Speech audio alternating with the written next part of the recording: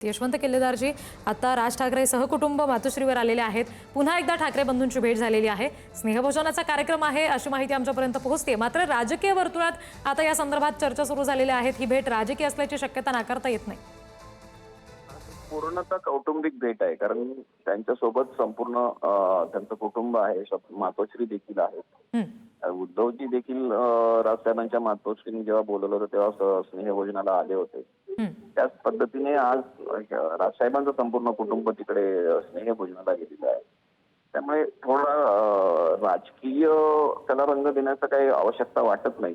पण दोन बंधू एकत्र येत आहेत, राजकीय दृष्ट्याही एकत्र येतील आणि हे महाराष्ट्रासाठी आणि दोन्ही पक्षांच्या कार्यकर्त्यांसाठी आशादायक चित्र आहे.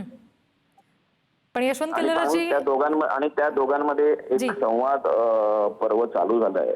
ही देखील एक आनंदाचीच गोष्ट आहे दोन्ही पक्षाच्या कार्यकर्त्यांसाठी.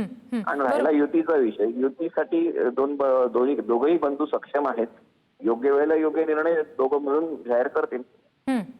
बरोबर, पण आगामी निवडणुकांचे वारे सुद्धा सध्या महाराष्ट्रामध्ये आहेत आणि त्या दृष्टीने विचार केला तर इतर सगळ्या राजकीय पक्षांना या ठाकरे बंधूंच्या होणाऱ्या सातत्यानं होणाऱ्या भेटींमुळे काहीसा दबाव त्यांना या गोष्टीचा येऊ शकतो किंवा त्यांना विचार करायला लावणारी ही गोष्ट आहे असं या दृष्टीने आपण या ठाकरे बंधूंच्या भेटीकडे पाहता का? हे बघा, दोन ठाकरे बंधू जर एकत्र आले, युती म्हणून आले आणि निवडणूक जर त्यांनी लढवली तर नक्कीच विरोधकांना याचा विचार करावा लागणारच आहे. कारण एकंदर सगळी मागील काही निवडणुकांमधली जी आकडेवारी पाहिली आणि ती आकडेवारी जर तुम्ही नीट तपासून पाहिली आणि त्याची जर बेरीज केली तर कोण प्लस होतो कोण मायनस होतो हे आकडेवारीमुळेच कळत आहे. त्यामुळे साहजिकच आहे विरोधकांना थोडंसं त्याचं टेन्शन येणं हे साहजिक आहे. बर, धन्यवाद यशवंत किल्लेदारजी, आपण पुढारी न्यूजशी हा संवाद साधलात, आपली प्रतिक्रिया दिलीत यासाठी. मनसे अध्यक्ष राज ठाकरे हे मातोश्रीवर दाखल झालेले आहेत, सहकुटुंब तेथे आलेले आहेत. ही स्नेहभेट आहे, स्नेहभोजनासाठीची भेट आहे असं म्हटलं गेलेलं आहे. पण या भेटीकडे पुन्हा एकदा राजकीय चर्चा होऊ शकते या भेटी दरम्यान अशा अंगानं पाहिलं जातंय.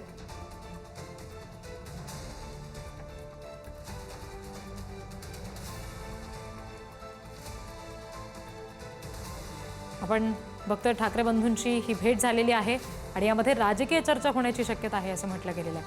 मनसे नेते बाळा नांदगावकर आपल्याशी जोडले गेलेले आहेत, त्यांच्याशी आपण बोलूया. बाळा नांदगावकरजी, आता राज ठाकरे पुन्हा एकदा मातोश्रीवर आले, सहकुटुंब आलेत, स्नेहभोजनाचा कार्यक्रम आहे असं आमच्यापर्यंत पोहोचतंय. मात्र राजकीय चर्चा सुद्धा होण्याची शक्यता नाकारता येत नाही.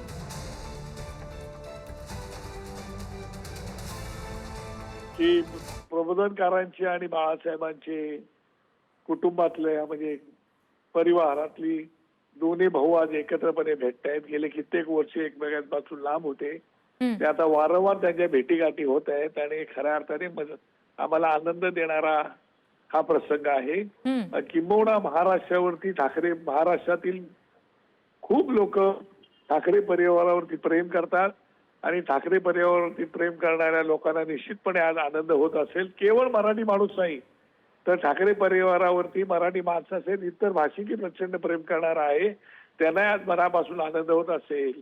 कारण दोन बंधू आता एकमेकांना सतत भेटतायत. मी मागे बोललो होतो, तुम्हाला आठवतंय की कसं आहे की शेवटी एकमेकांमध्ये विश्वास निर्माण व्हावा लागतं आणि एकमेकांची मनं जुळायला लागतात. मला वाटतं की आता त्या दोघांमध्ये विश्वास निर्माण होत चाललेला आहे, मनं जुळत चाललेली आहेत आणि म्हणून ते आता दोघं एकमेकांना भेटतायत. आता स्नेहभोजनाचा कार्यक्रम होतो, एकमेकांना घरी येण्या जाण्याचा कार्यक्रम आहे. केवळ आता ते दोघे भाऊ भेटत अशातला भाग नाही. आता अमित ठाकरे आहेत, उद्धव आदित्य ठाकरे, ते दोघे भाऊ एकमेकांना भेटतायत.